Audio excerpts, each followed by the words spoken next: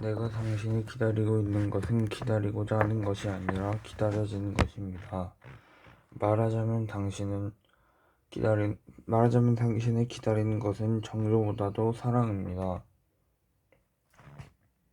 남들은 나더러 시대에 뒤진 낡은 여성이라고 삐죽거립니다.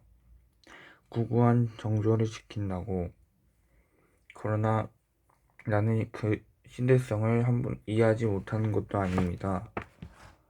인생과 정조의 심각한 비탄을 하여 보기도 한두 번이 아닙니다. 자유연애의 신성을 덮어놓고 부정하는 것도 아닙니다. 대자연에 따라서 초연 생활을 할 생각도 해보았습니다. 그러나 구경만사가 다 저의 좋아하는 대로 말한 것이요, 행한 것입니다. 나는 님을 기다리면서 괴로움을 먹고 살이 찝니다. 어려움을 잊고 키가 큽니다. 나의 정조는 자유정주입니다. 아, 너구나, 천재소년.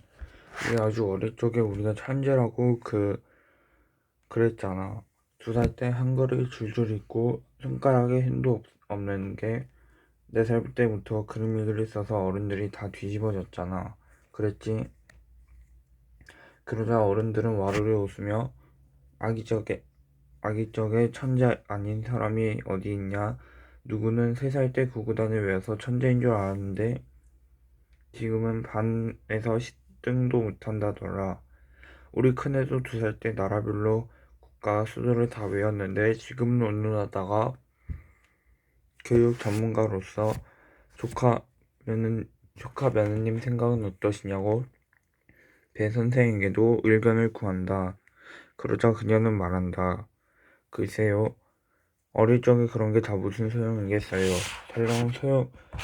설령 소용이 있어서 지금 재능이 두드러진다 쳐도 무희한테는 영재교육 같은 건 시키지 않으려고 해요. 우리나라 교육 환경상 그런 일은 아이의 장래를 오히려 망치는 수가 있어요. 나쁜 길에도 빠져들기 쉽고 상업적으로 이용하다가 결국은 도태되기 십상이고 본인이 얼마나 잘났는지 모르지만 어른이 되어봐야 아는 일이지요. 그래서 내키지는 않아요. 무의만큼은요. 술잔 채우고 오가는 소리에 배 선생의 의견은 다른 사람들의 기억에서 금방 잊혀졌지만 당신 딸 무의만큼은 그렇게 두지 않겠다고 2번 강조한 점이나 나를 보는 대신 식탁 위에 구운 조기 누나를 내려다보면서 얘기한 것이나 얼마나 잘나는지 모르겠다는 본인이 정확히 누구를 가리킨지 알 수 없다는 점에서 이 정도면 나올 말 거의 다 나온 것이 아닌가 싶다. 시덥지 않게 친척이 비행기를 태웠을 뿐 당신은 몇몇 글 관련 그것도 교내 대회에서 작은 상을 받은 정도였다. 교내 대회에서 작은 상을 받은 정도였다는 점을 생각해 볼 때 배 선생은 그 누구도 묻지 않은 영재교육 운동으로 감정의 과잉을 스스로 폭로한 셈이었다. 사실은 어느 눈치 없는 친척이 모두에게 들리지는 않았지만 그림 일기와 구구단 사이 어딘가에 얘가 제 엄마 닮아서 그렇게 글재지가 좋잖아 소리를 한 것이 좀 더 직접적인 화근이었을 터다. 그 친척은 엄마와 나에게 무슨 일이 있었는지 구체적으로 모르고 있었다. 배 선생이 내게 사소한 장면들을 하나하나 얹어 주어 무게감과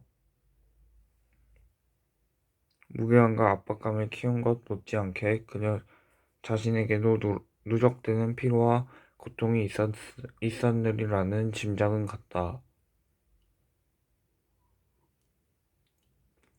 따로따로 떼어놓고 보면 아무것도 아니지만 원자들이 모여 분자를 이루는 것처럼 그렇지만 그게 내 탓은 아니잖아. 나는 단지 거기 존재했을 뿐인데. 배 선생의 요구사항은 그 말투가 신경질적이었을 뿐 내용 자체는 사소하고도 때론 당연한 까닭에 듣는 내가 이상한 낌새를 캐기 어려울 정도의 속도로 점점 늘어났다. 다 큰 게 언제까지 내게 빨래를 맡길 작정이지? 아직까지 세탁기 사용법도 제대로 모른다니. 네 아버지란 분도 알만하구나. 이리 와서 잘 봐둬라. 네 옷 정도는 스스로 빨아 빨래판에 대고 네 옷 정도는 스스로 빨아. 빨래판에 대고 문지르란 것도 아니고 세탁기가 다 알아서 해주잖아. 그런 것까지 내가 알려줘야 하니? 돌리고 널고 말리기만 하면 되는데. 저녁을 먹었으면 밥값 좀 하지. 설거지하는 것까지 시범을 보여줘야 하나? 나는 살림하는 가정부로 이 집에 취직한 게 아니란 사실을 알아둬라. 이제 중학교에 들어갔으냐는 말인데 교복 와이셔츠는 알아서 다려라. 학생 주제에 그것 말고 뭘 입을 것이며 온 집안의 옷을 다 다리라는 것도 아니잖아. 이런 말들이 단순한 가사노동의 불공정한 분배에 대한 비판 및 대한 제시 차원이라면 마땅히 존중하는 게 가정의 평화 유지에 도움이 될 듯하여 아무 말 없이 실천에 옮겼다. 그런데 어쩐지 어투와 상황을 보면 그렇게 근시안에 단세포적인 처방으로 해결되지 않는 무언가가 바탕에 깔려있는 듯 했다. 무엇보다도 신변의 위협까지는 과장이라 저도 집안에서 나의 좁은 입지를 느끼게 된 것은 언젠가 배 선생이 내가 집에서 입는 옷까지 간섭하기 시작했을 때부터이다. 집 전체를 너 혼자 전세했다고 생각하지 마라. 여름이라 덥다고 선풍기를 틀어 훌떡 벗는다고 시원해지는 줄 아니? 그 반바지에 러닝 셔츠만 입고 온 집안을 돌아다니는 것 좀 그만둘 수 없니? 천박한 건 누굴 닮았는지. 반팔 셔츠가 없어? 실내용 슬리퍼가 있는데 왜 안 신고 맨발로 휘젓고 다니는 거야? 네 방에서 얼마든지 그러고 돌아다녀도 네 방 밖에서는 그러지 말아줬으면 좋겠구나. 이 집은 너만 사는 데가 아니라 내 공간이기도 해. 지킬 예의는 지키란 말이야. 공간 확보에 대한 배 선생의 욕망은 점차 구체적으로 나타났다. 사람이 내 사람이라 생각되지 않을 때, 자리가 내 자리 아닌 것만 같을 때 더욱 증폭되는 공간의 욕구. 배 선생의 삿대질 한 번 할 때마다 나지막하게 집시듯이 흰잔조로 말할 뿐인데도 확성기를 단 것처럼 여긴 내 집이고 여기 안주인은 나야 라는 비명이 들려왔다. 그 비명 너머로 자라나는 무의의 시무룩한 얼굴이 보였다. 그걸 걱정하고 있는 거야. 내가 당신의 영역을 침범해서 여동생을 해코지라도 할까봐? 그 깨달음과 함께 나에게는 일정한 행동 양식이 생겼다. 언젠가부터 눈 뜨자마자 학교에 가서 매점빵으로 아침을 때우기 시작했다. 그녀의 공간을 세뇌어 옹솔거리는 시간을 조금이라도 줄이려는 나름의 타깃책. 저녁이면 방에서 먹을 만한 빵을 사들고 집으로 들어와서 현관문 바로 앞에 있는 내 방으로 들어가 문을 닫는 것이 습관화되었다. 여기만 내게 허락된 공간. 그 문은 다음날 새벽에 깨어 제일 먼저 욕실까지 있을 때나 설사나 고열 내지는 맹장염 같은 위급 상황이 아닌 한 웬만해서는 열리는 법이 없었다. 나는 다음날 학교 과제물을 워드로 작성하면서 레이저 출력기가 토해내는 흰견 소리에 거실에 텔레비전 드라마가 대사가 섞여 드는 소리를 들었다. 대체로 자정이나 되어야 들어오는 아버지는 이 사실을 알 수 없었다. 알려고 들지 않았던 걸 수도 있고 알았다 한들 무언가 조치를 취할 생각을 안 했을 것이다. 중재나 개선을 하는 데에 일정 이상 일정 이상의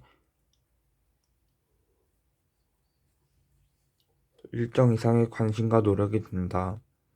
모르는 척 놔두는 게 자기네 세상이 편하니까 자정 직전쯤 나는 방에 불을 꺼버리고 이불 속으로 기어들어갔고 현관문 열리는 소리와 함께 이새끼는 아버지 오는데 내다보지도 않고 첫날 만나에 쳐자빠져 자느냐는 아버지의 불만스러운 목소리를 들으며 눈을 감았다. 아버지 그건 아세요? 당신의 부인이 당신을 맞이하기 위해 현관문에 내가 나란히 서는 것조차 싫어한다는 걸.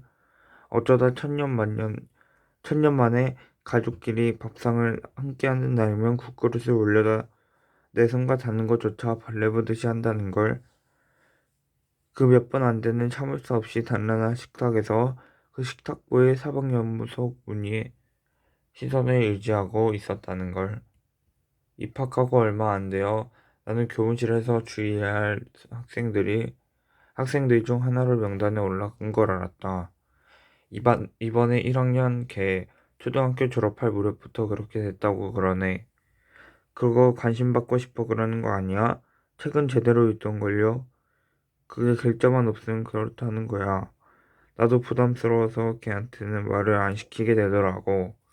뭐 성적도 앞에서 세나 뒤에서 세나 그저 그렇고 말 못하는 것 빼면 별 문제 없어요. 같이 다니는 애도 하나 없는 것 같던데. 누구와 꼭 같이 다녀야만 하는 건 아니죠. 왕따나 안 당하나 그런 것만 좀 체크하고 신경 쓸 필요 없지 않나?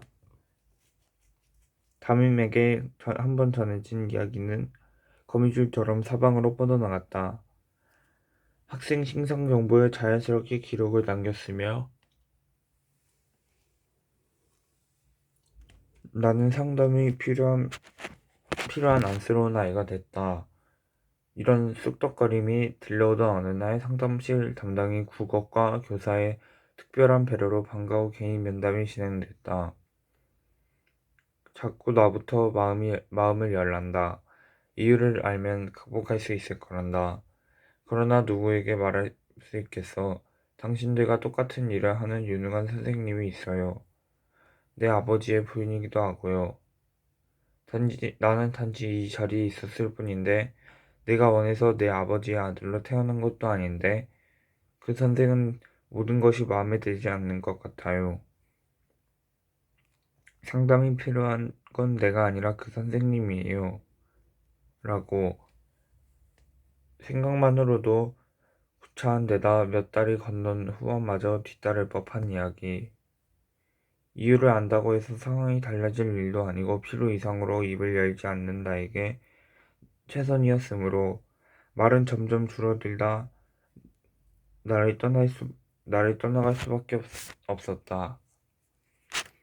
무익한 상담을 마치고 온몸이 무익한 상담을 마치고 나니 온몸이 전력 질주하는 것처럼 젖산이 분비되고 피곤해졌다. 교실로 돌아와서 넥타이를 느슨하게 풀었다. 대체 요즘 세상에 촌스럽게 학교 상담실로 들어가 상담받는 애가 어디 있어.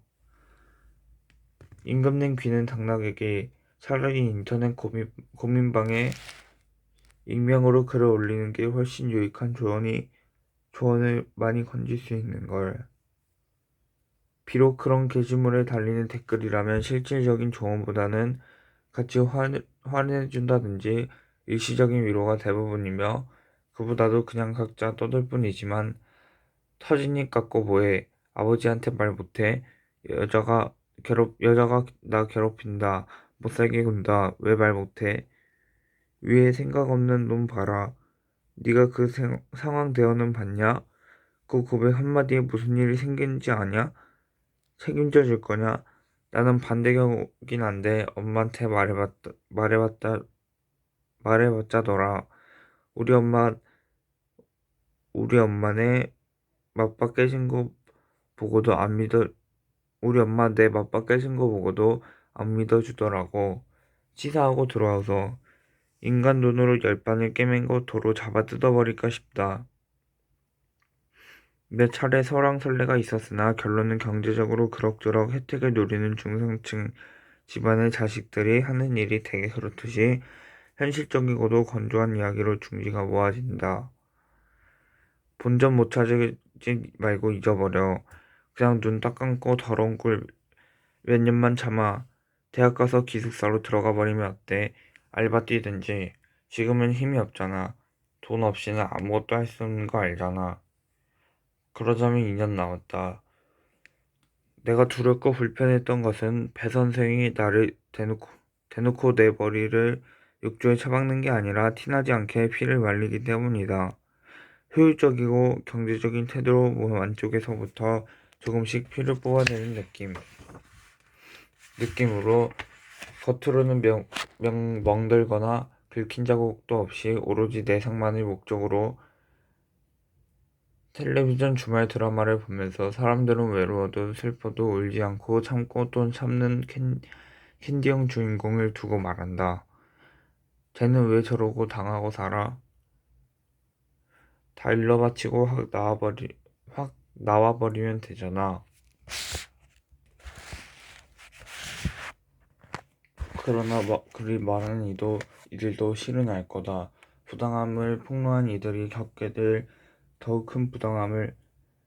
그런 일을 어찌 모면한다선 쳐도 이성과 철저히 거리를 둔 현실을 호락호락하지 않은 세상이 주는 무게와 목적을 이루기 위해 어쩔 수 없이 필요한 최소한의 금전적인 지원을 원하는 것은 얻기 위해 조금은 감수해야 할 여러 유형의 폭력이 있다는 체념적인 단정. 일단 닥치고 집을 나와 청소년 쉼터에서 미래를 준비하는 아이들은 아마도 생명의 위협에 가까운 폭력을 피해 도망쳤거나 견뎌본 뒤 나중에라도 얻을 것 없는 가난한 집에 미련을 버렸거나 둘 중 하나이라는 폭 좁은 편견. 대학에 가면 당연한 문제 가운데 최소한 몇 가지는 해결된다는 전통적이고 막연한 중류계층의 믿음. 남들이 밟은 대로 따라가는 게, 그리고 가려면 물질적인 조건은 가능한 한 충족될수록 유리하다. 그 길을 벗어난다는 것 자체가 배 선생이 내비치는 적의 앞에 무릎 꿇는 셈이라 싫기도 하고, 그런 앞일을 고려해가며 신중하게 행동의 폭을 결정할 뿐이다. 언제가 됐든 떠나기 위해 계산기만 두드리는 날들이었다. 그런데 사측 영산 부호 중 무엇을 잘못 눌렀는지 계산이 어그러졌다. 어디서부터였을까? 다갈색 핏자국이었다. 세탁기를 돌리려는데 내 빨랫감 속에 잘못 섞여 들어온 무늬의 속옷을 보았다. 핏자국이 점점이 남은 자리는 그대로 말라 늦가을 바닥에 떨어져 밟힌 낙엽의 잔해를 떠올리게 했다. 손에서 빨래바구니가 미끄러졌고 옷들이 다용도실 바닥에 흘러졌다. 그때 저녁을 준비하러 안방에서 나온 배 선생과 눈이 마주쳤다. 그녀는 잠깐 무슨 일인지 파악하려는 듯 나를 위아래로 훑어보다가 바닥에서 딸의 속옷을 낚아채듯 건져냈다. 그날 밤 내 방의 어둠 속에서 듣고 싶지 않고 모른 척 하려 했으나 MP3 플레이어의 이어폰을 꽂은 귀 속에 폭력적으로 스며드는 대화들. 아이를 체근하는 엄마의 목소리. 학교에서 그런 거야? 아니면 영어학원이야? 네 또래야? 아니면 좀 더 나이가 있어? 어른이야? 폭주하는 질문에 향해 아이는 매끄럽게 장보를 처리하지 못하고 옹알거린다. 아버지의 목소리가 들린다. 아이를 그렇게 몰아세우면 누가 차근차근 대답할 수 있겠어. 좀 진정하게 얘기를 들어봐야. 당신은 가만히 있어요. 곧이어 고성방가와 함께 몇몇 팔걸음이 뒤섞인 어른들의 싸움으로 번진다. 그 와중에 어찌어찌 필요한 대답을 최소한으로 뽑아내기는 한 모양이다. 다음날 전치사주 병원 진단서를 끄는 배 선생이 무희가 다니는 영어학원으로 찾아간 걸 보면 엄마의 집요한 질문에 시달리던 무희가 마침내 범인으로 지목한 초등부 회화 강사는 그 전에 비슷한 혐의를 받은 전력이 있는 사람이었다. 그것이 오해였는지 실형을 살고 나왔는지 합의금을 주고 유야무야 했는지는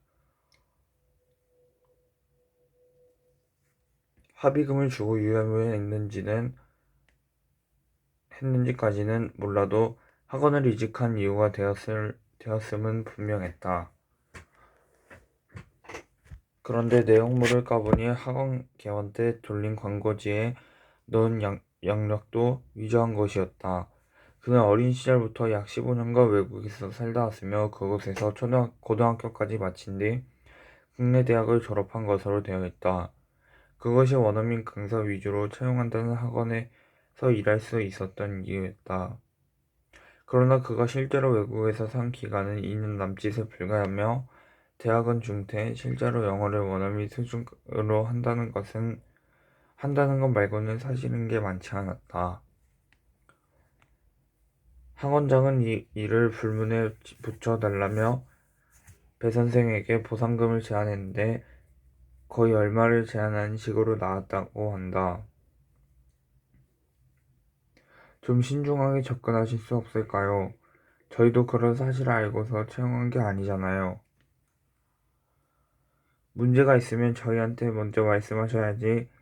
애들 수업하는데 들어가셔서 선생님한테 직접 따지고 그러시면 안 되죠.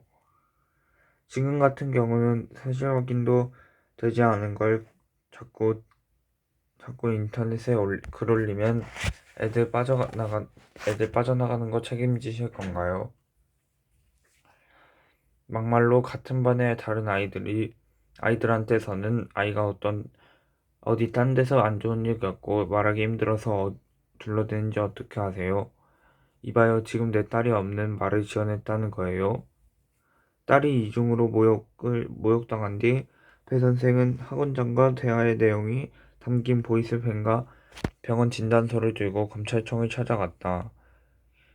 이를 크게 벌이는 것이 아이의 기억에 남아 좋을 게 뭐가 있냐는 아버지와 또 한 차례 다투고 난 뒤였다.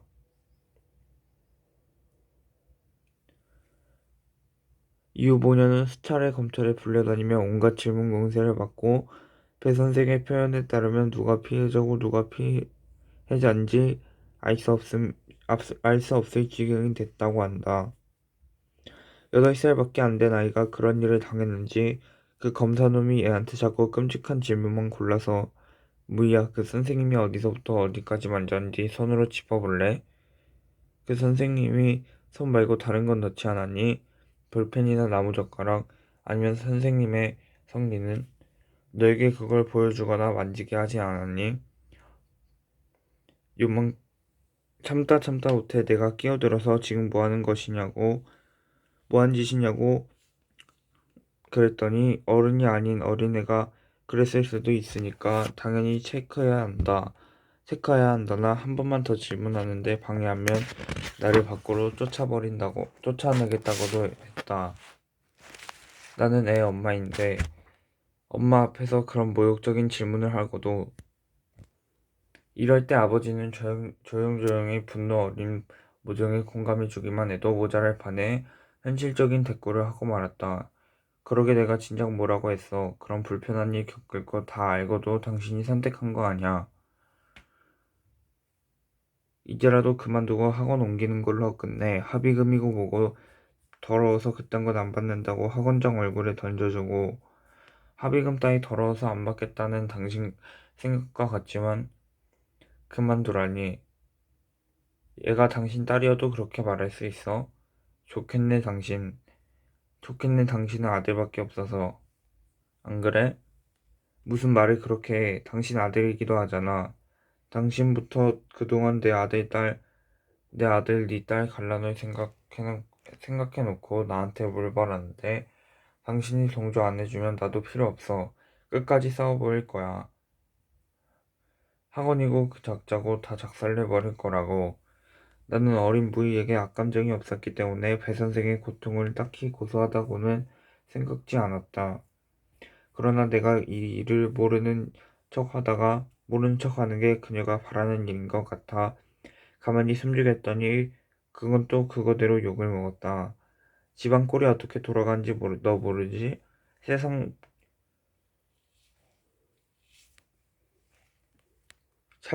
살기 편해졌구나.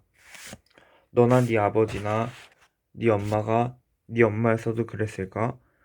얘가 네 동생이었어도 그랬겠니? 그러나 막상 내가 무의의 문제에 관심을 보이려 들거나 염려하는 제스처라도 취하면 그건 또 그거대로 배 선생의 마음에 들지 않았었다. 주제넘게 우리 일에 몰라서고 있어. 어른들 말하는데 끼어드는 건 어디서 배워먹은 버리장머리인지.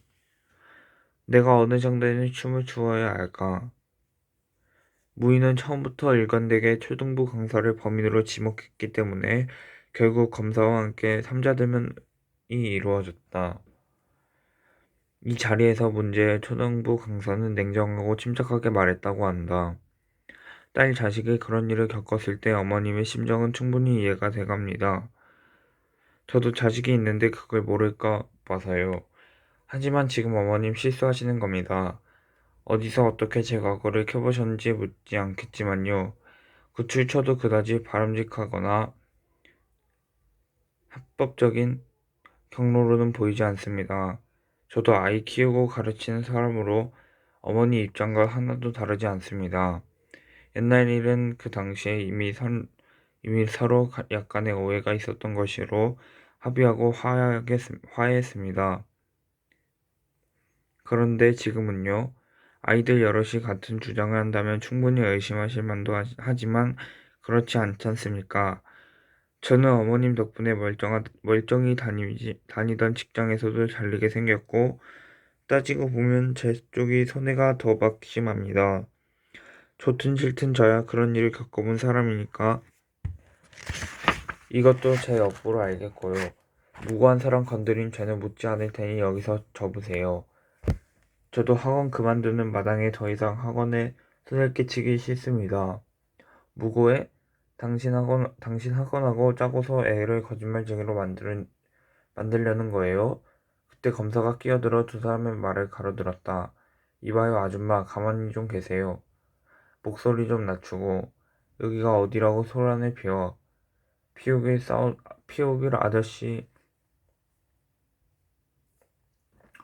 아저씨도 말을 너무 길게 하지 마세요.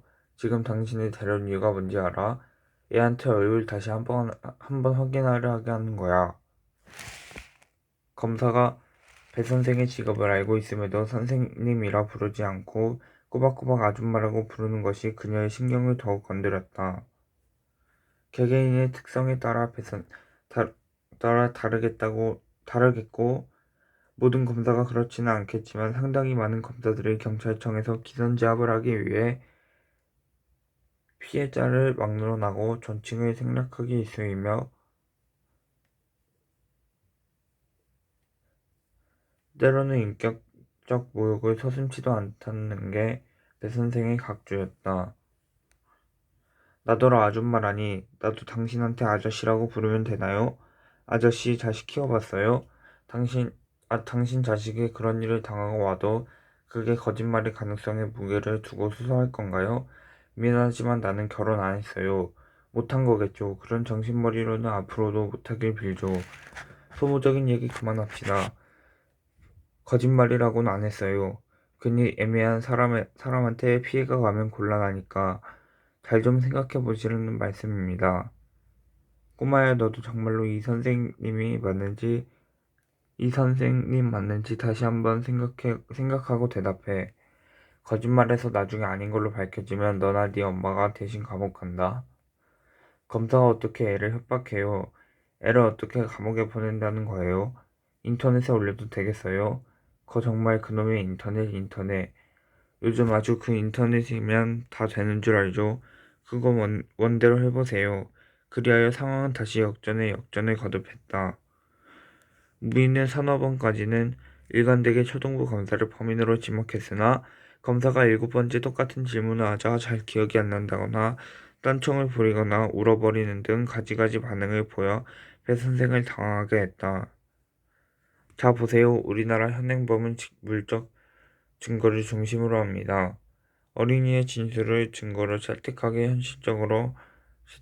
현실적으로 어려워요. 안정된 분위기에서 정신과 의사, 아동심리학 등의 전문가를 동석시키고 최초의 단 한 번 진술만을 증거로 인정해야 한다. 말은 쉽습니다. 하지만 그렇게 말하는 사람들은 더러 직접 현장에서 지지고 볶고 해보라지요. 아하, 그렇지. 그쪽도 선생님이라고 하시니까 잘 알겠네요. 실제로 얼마나 많은 아이들이 자기도 모르는 사실과 다른 얘기를 하고 났는지. 그 애들이 영악하다거나 악의가 있어서 그런다는 게 아니잖아요. 아이들은 땅속에 머리만 거꾸로 파묻은 타조와 같단 말입니다. 어린이 성폭력 가해자의 비율은 아는 사람이 75%, 그 가운데 통상 동네 사람이 38, 친인척이 20, 교육기관 관계자가 17 정도. 그러니까 한 군데만 드립하지 마시고 시야를 좀 넓게 보시라고요. 이런 사정으로 집안의 분위기가 암울해지고 흉흉함은 크게 이르렀던 어느 날 밤이었다. 자기 나름대로 눈치를 보는지 아버지는 최근 들어 열심히 대시간에 퇴근하곤 했으나 우중충하고 음산한 집안의 분위기를 대신하는 데 별 도움이 되지 않았다. 게다가 무희의 진술이 달라지자 마음을 바꿔먹은 초등부 강사가 명예훼손으로 맞고소하고 배 선생은 검찰 출두 명령을 받았다. 그날 밤 배 선생은 살려달라는 무희의 머리끄덩이를 잡고 빙빙 돌리며 철제 옷걸이로 아무데나 두들겨 팼다. 말해, 누구야? 걔 아니면 누구? 너 생사람 잡고 엄마가 개망신 당한 걸 이제 어떡할 거야? 어떤 놈이야? 바른대로 말 안 해? 아주 나 보란듯이 패고 있는데 사실 말이지 미안하게도 나는 무희에게 악감정이 없는 대신 맞고 있는 걸 구해줄 리도 없기 때문에 말리지 않고 있었다. 나서보았자 어떤 트집거리와 함께 내쳐지고 무희의 비명만 더욱 높아질지 모를 일이었다. 그런데 90도 각도로 천천히 들어올려 내 얼굴을 가리키는 무희의 손가락을 그 의미를 나는 이해할 수 없어 한동안 멍하니 그 자리에 서 있었다. 슬로모션처럼 배 선생의 마른 손바닥이 내 강대뼈를 핥히고 이어서 멱살이 잡힌 채 벽으로 밀어붙여 뒷머리를 찧었을 때야 나는 내가 무슨 일을 당한지 깨달았다. 벽에 부딪힌 머릿속에서 툭하고 슬핏줄이 끊어지는 듯한 소리와 함께 시큰하고 따뜻한 느낌이 퍼져나갔다. 아니에요, 아냐. 내가 왜 이런 외침에 항변이 입 밖으로 터져나왔는지 어땠는지 알 수 없었다.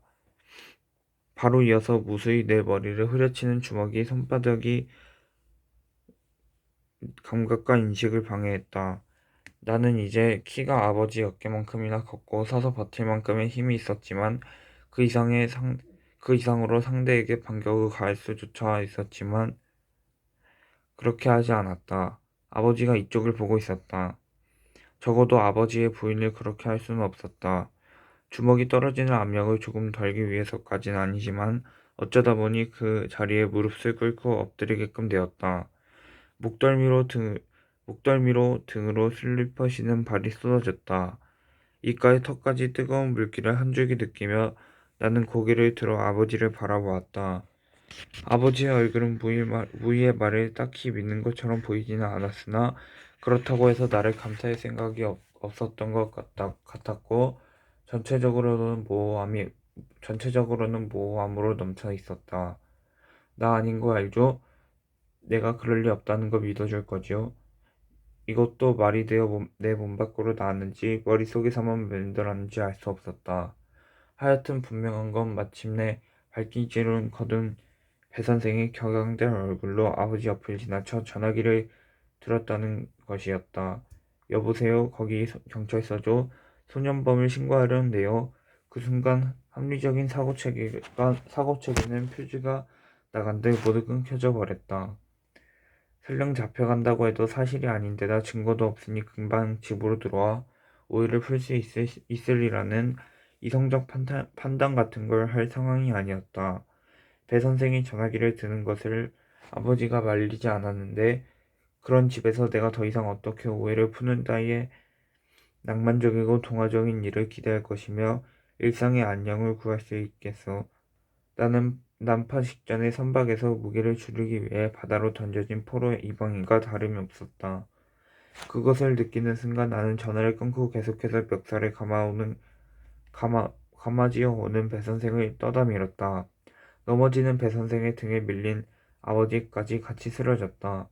뒤집힌 거북같이 포개진 채 버둥거리는 두 사람을 뒤로하고 현관문을 열었다.